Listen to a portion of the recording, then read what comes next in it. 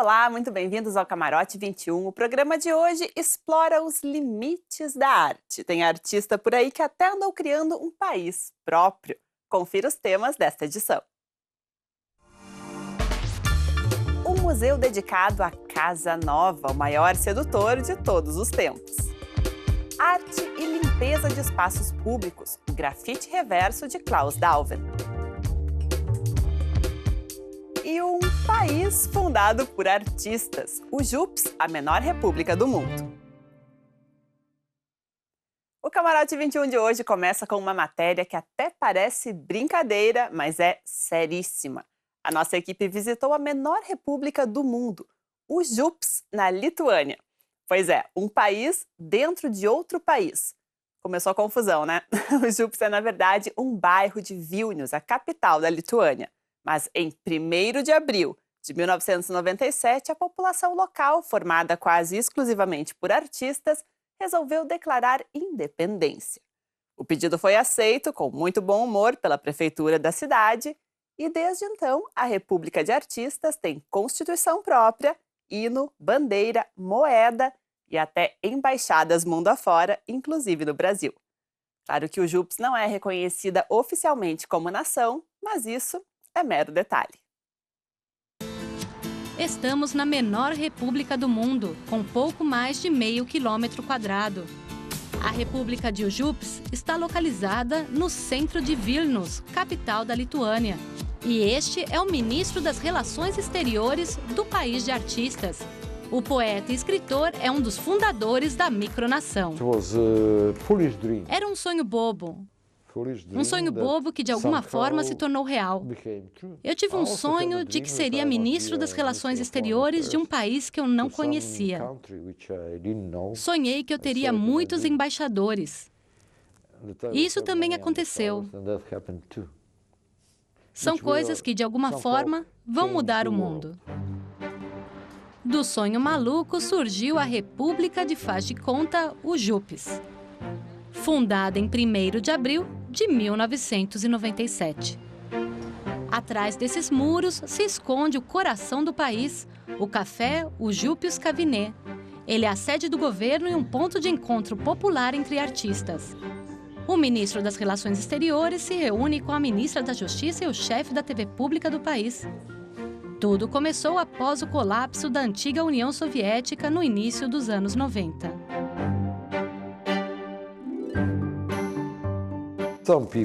Este bairro estava totalmente devastado, em ruínas. E os apartamentos eram muito baratos, porque ninguém queria morar aqui. Então, algumas pessoas compraram propriedades, se mudaram para cá. E as pessoas aqui eram diferentes das de Vilnius. Tudo é parte de Vilnius. Mas, desta margem do rio, as pessoas eram mais animadas, tocavam, amavam, faziam de tudo, estavam vivas. Na Palpio Gatve, algo como a Rua da Constituição, placas de metal exibem as leis do país. O primeiro artigo diz: toda pessoa tem o direito de viver às margens do rio Vilnia. E o rio Vilnia tem o direito de fluir por todos. A pequena Veneza de Vilnius está ligada ao resto da cidade por meio de 9 pontes. Criou-se aqui um mundo próprio. Abrir as fronteiras simbólicas também é tarefa do ministro das Relações Exteriores. Eu controlo todas as 9 pontes. Eu tenho que pensar nelas, cuidar delas e tenho que ser amigo delas. O que começou com a ocupação de prédios se transformou 20 anos depois em um projeto oficial de apoio a jovens artistas. A incubadora de artes de UJUPS fomenta talentos como ceramistas, pintores, autores, músicos, designers de moda e designers gráficos. É o primeiro projeto do gênero na região dos países bálticos. E Eva Matulionici dirige este e outros projetos. Também dirigimos o Museu Nacional de UJUPS e os Correios da República de UJUPS, onde pessoas do mundo todo podem carimbar seus passaportes com o visto do nosso país. Ou seja, temos todos os elementos de uma república independente. Na quinta conferência Conferência Mundial de Embaixadores, realizada durante a Festa Anual de Independência, o ministro das Relações Exteriores condecora os participantes com o dente de alho prateado. O trabalho deles é divulgar as ideias da República Aljupes em seus países de origem.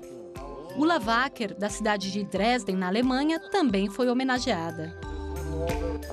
Levo isso a sério, é como voltar para casa, como um encontro de família. A melhor coisa de ser uma embaixadora é me encontrar com pessoas. Diversão é um dos artigos fundamentais da Constituição, o que também se vê na taxa de câmbio da moeda nacional. Este é o euro Ujúpio. Ele varia de acordo com o preço da cerveja. Você pode pagar com ele e o euro tem sempre o valor de uma cerveja, que todo ano é diferente. Todo ano o valor da cerveja muda.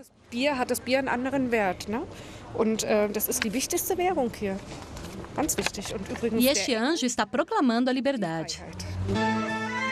A celebração da independência é a festa mais importante do ano em Ujupes. Ela começa com um desfile artístico que conta com a participação dos embaixadores. Claro que a bandeira oficial não pode faltar. A mão com um buraco simboliza que não é possível deter nada. Uma mensagem importante ainda mais agora que lituanos e russos com dinheiro vêm transformando Ujupes em um dos bairros mais caros de Vilnius.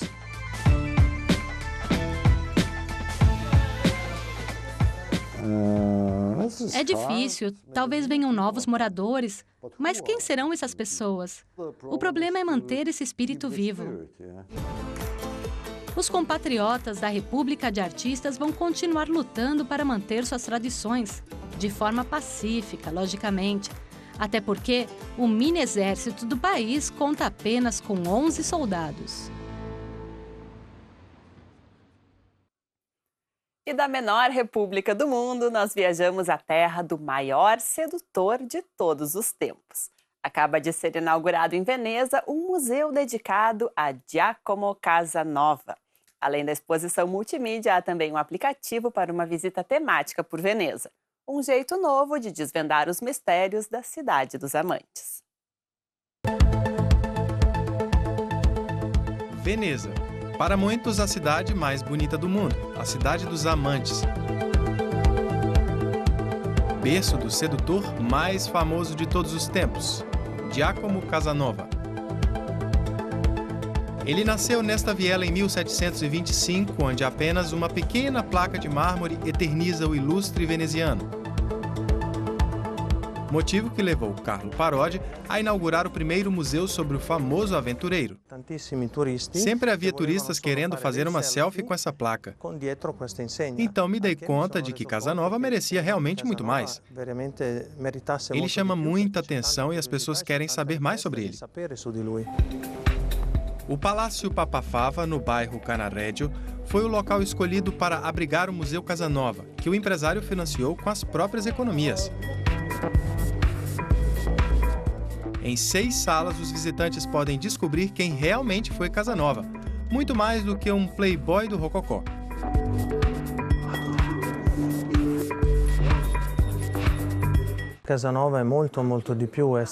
Casanova foi muito mais. Foi um grande escritor, filósofo, músico, alquimista e até um espião.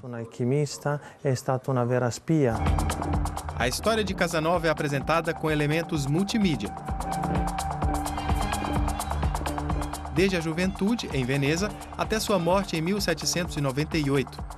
Giacomo Casanova era um espírito livre e aventureiro. Viajou por toda a Europa e conheceu personalidades importantes de seu tempo, Voltaire e Catarina, a Grande. Os manuscritos deixados por ele em 12 volumes trazem informações sobre a vida no século XVIII. Mas, acima de tudo, foram as aventuras eróticas que o tornaram mundialmente famoso, inspirando inúmeros filmes. Surgiu assim o mito Casanova.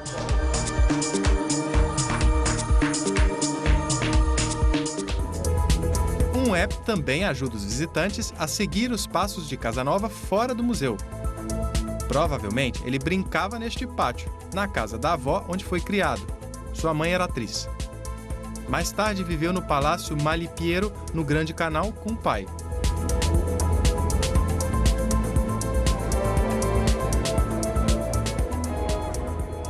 O aplicativo também conduz o turista ao famoso Café Florian.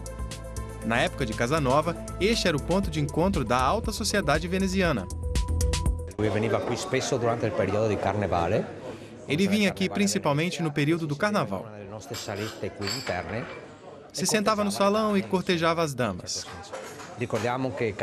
Casanova era uma pessoa importante e muito culta. Era anche un personaggio importante, insomma, una persona di grande cultura. Mas Casanova também tinha inimigos. Em 1755, foi preso pela Inquisição e enviado para a masmorra.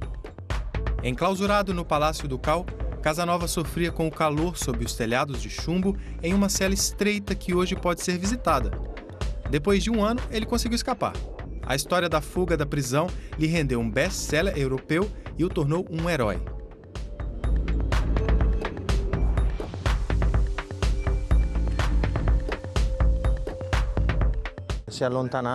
Ele escapou pelo canal. Certamente esta fuga contribuiu para que Casanova se tornasse interessante aos olhos dos aristocratas europeus daquela época.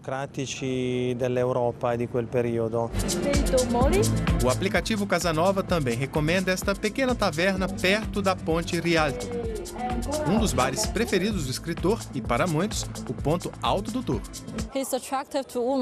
Ele atraía as mulheres não somente por ser bonito, mas também por ser muito talentoso. Ele era autoconfiante e tinha a magia de convencer as pessoas. Logicamente, não se pode acreditar em tudo que está escrito nas memórias de Casanova, mas muita coisa está bem documentada. E a busca por vestígios da vida deste veneziano é uma maneira diferente de conhecer a cidade dos amantes.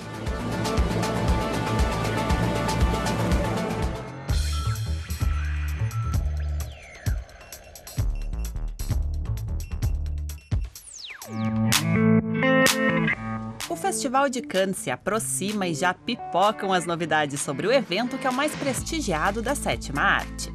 Entre os filmes que disputam a Palma de Ouro está o longa de abertura Todos lo saben, estrelado por Penélope Cruz e Javier Bardem.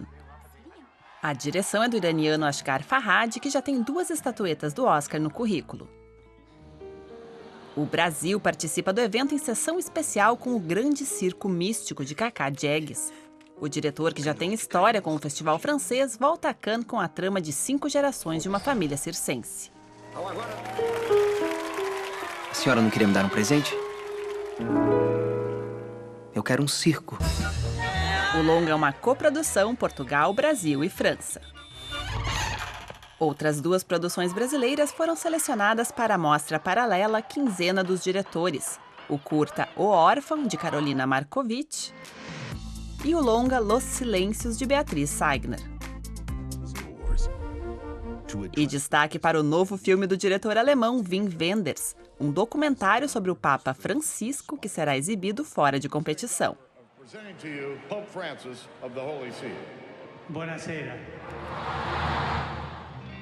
O festival já vem levantando polêmica antes mesmo de começar. A plataforma de streaming Netflix decidiu não apresentar seus filmes em Cannes, em resposta à nova regra que proíbe a veiculação online antes da exibição comercial nos cinemas franceses. E falando em coisas que não veremos neste festival, selfies foram proibidos no tapete vermelho para não atrasar a entrada dos artistas. O Festival de Cannes vai do dia 8 a 19 de maio.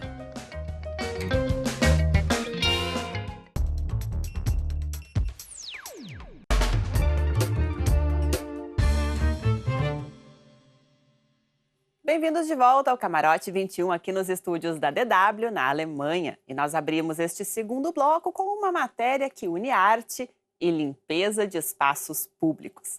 Com uma lavadora de alta pressão, Klaus Dauven remove a sujeira de monumentos e construções. Confiram o grafite reverso.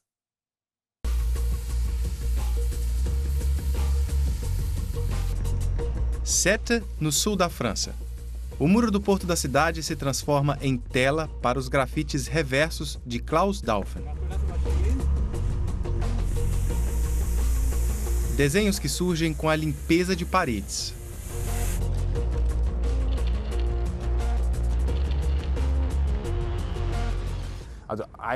Gosto de trabalhar ao ar livre e de todos os desafios que isso inclui.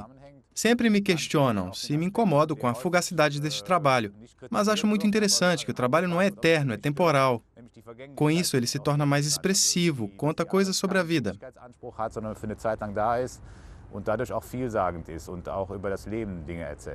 A ferramenta principal do artista é uma lavadora de alta pressão.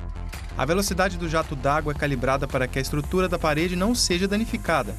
Klaus Daufen e o técnico de limpeza Nick Hayden trabalham juntos há vários anos. A água usada pela máquina vem diretamente do mar Mediterrâneo. O interessante é como é possível obter efeitos tão geniais usando apenas água. Apenas limpando os musgos já se formam esses contornos claros do rosto e as expressões da figura. É incrível. Para reproduzir as formas, a dupla usa esses moldes vazados de madeira. Neste projeto, 13 retratos serão gravados na parede do porto. Rostos de pessoas que viveram em Sète. Eu comprei livros, álbuns com fotos antigas de Sète e escolhi os rostos mais expressivos. Não queria retratar celebridades, mas rostos com histórias, rostos realmente expressivos. Esse foi o único critério. Escolhi homens, mulheres e crianças, uma mostra da sociedade. Em Sète fica um dos principais portos de pesca da costa mediterrânea francesa. O marco da cidade é o muro do porto Le Môle Saint-Louis, com 650 metros de comprimento e quase 3 de altura.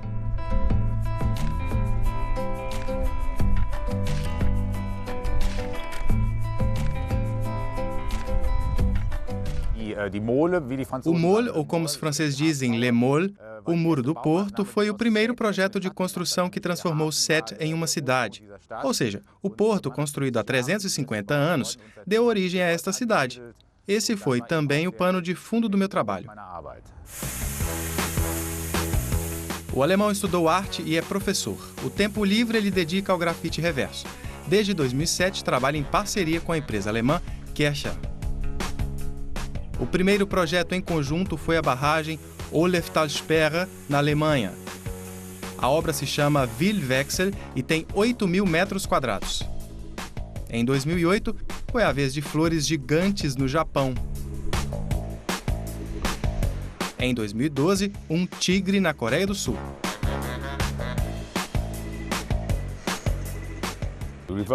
O grafite reverso é para mim a forma de arte perfeita. Como desenhista, sempre fui fascinado pelos grandes formatos. Agora eu posso viver esse sonho em represas. Telas maiores do que essas não existem. Há 35 anos, a empresa alemã patrocina um projeto de limpeza de monumentos públicos mundo afora. Uma das ações mais espetaculares foi em 2005, quando o famoso Monte Rushmore, nos Estados Unidos, tomou um banho, quando o Cristo Redentor ganhou um novo brilho, ou quando a sujeira foi removida do monumento a Armínio, na Alemanha. A empresa já limpou gratuitamente mais de 140 atrações em todo o mundo. Após 3 dias de trabalho, a obra de Klaus Daufen está pronta. O Muro do Porto de Sète é provavelmente a galeria ao ar livre mais longa no sul da França, por enquanto. Isso depende de 3 fatores: a inclinação da parede, a direção dela e o clima. Pela minha experiência, eu diria que, como essa está voltada para o norte, isso é um pré-requisito ideal para que as imagens se conservem por, pelo menos, uns 5 anos. As Pessoas, esse é o nome do mural em homenagem aos habitantes de Sète. Embora o grafite reverso desapareça com o tempo, a ação de Daufen ficará na memória da cidade.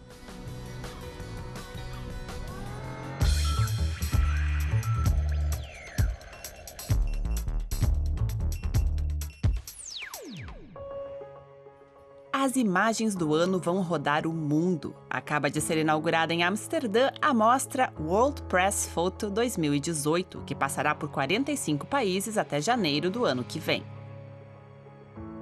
Entre as mais de 160 imagens em exibição está a vencedora deste ano, clicada pelo venezuelano Ronaldo Schmidt. A foto Crise Venezuelana, que mostra um manifestante em chamas, foi clicada em meio aos confrontos com policiais durante um protesto contra o presidente Nicolás Maduro em Caracas. A Mostra Mundial atrai 4 milhões de visitantes todos os anos. A exposição em Amsterdã fica em cartaz até o dia 22 de julho. O calendário completo pode ser conferido no site www.worldpressphoto.org.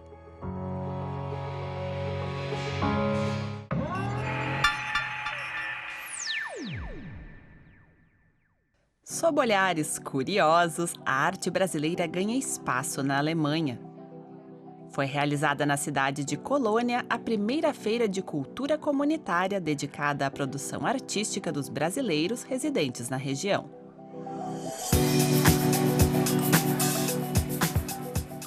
Para nós, artistas brasileiros, é muito importante ter essa oportunidade de mostrar o nosso trabalho aqui, para que as pessoas possam conhecer o nosso nome, o nosso trabalho, a nossa técnica e também para trocar experiências com outros artistas brasileiros. Na programação, cerca de 30 artistas e grupos refletem a diversidade da cultura brasileira. A Feira da Cultura inicia-se hoje com a bela de abertura de exposição de quadros de artistas brasileiros. No segundo dia será o teatro, dança. Depois será o Dia da Música, onde 3 bandas apresentarão. E teremos ali o Dia da Literatura, onde escritores brasileiros apresentarão seus livros. O projeto cultural foi organizado pelo Conselho de Cidadãos Brasileiros da cidade de Colônia e contou com o apoio do Ministério das Relações Exteriores do Brasil. Uma experiência com futuro promissor. Dependemos da movimentação, da obtenção de recursos, tanto de Brasília quanto daqui, da comunidade em Colônia, mas isso é certamente o primeiro, que esperamos seja de muitos.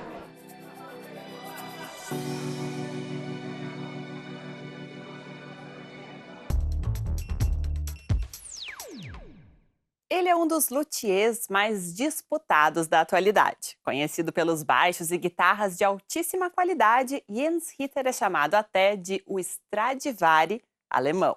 No portfólio de clientes, nomes de peso da indústria musical, como Madonna e Elton John. A nossa equipe fez uma visita ao ateliê dele.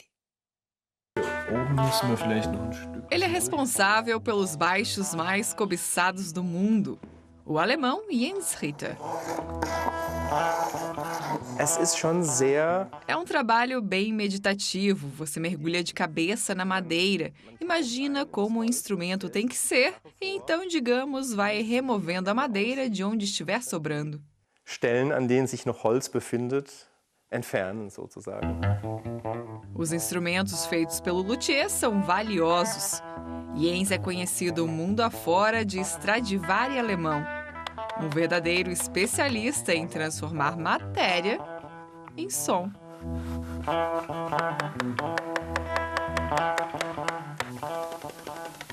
Man bekommt ja schon so mit.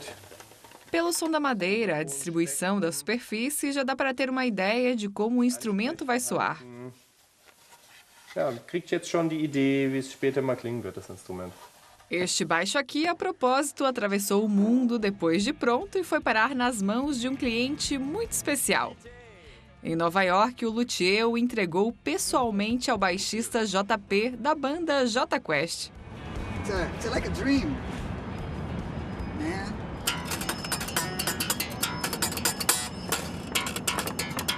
Que aprovou o som. Take my friend. Alrighty. O trabalho de Jens é conhecido pelo caráter experimental, como quando ele mergulhou o corpo de uma guitarra no vinho. O objeto, feito de madeira de carvalho, ficou 1 ano imerso em um barril de 500 litros de Riesling, um vinho alemão. Nasceu assim o chamado Baixo Riesling. A verdade é que o carvalho não é a base ideal para um violão. A ideia de Jens era que o vinho absorvesse as partículas suspensas da madeira, melhorando o som.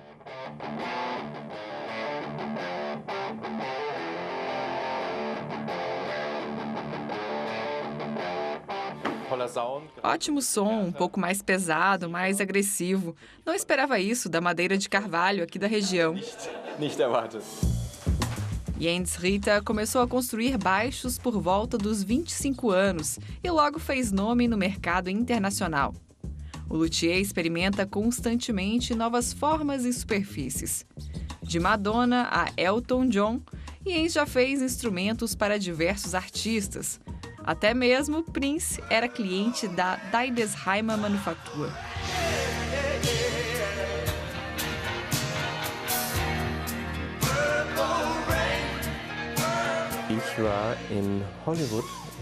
Eu estava em Hollywood, no supermercado, comprando leite quando o meu telefone tocou. E eram Prince e seu baixista, que do estúdio me passaram os dados para o instrumento. Foi meio estranho. Das ist schon strange. Recentemente, Jens Ritter prestou uma última homenagem ao astro. O luthier confeccionou uma guitarra cravejada de cristais Swarovski, na cor roxa, claro. No braço do instrumento, a onda sonora de Purple Rain, gravada a ouro.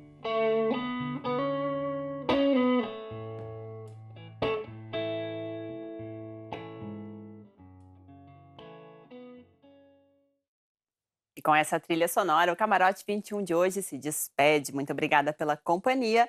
Lembrando que você pode rever os vídeos de hoje no YouTube. É só acessar a playlist do Camarote 21 no canal da DW Brasil. A gente se vê de novo na semana que vem. Até lá!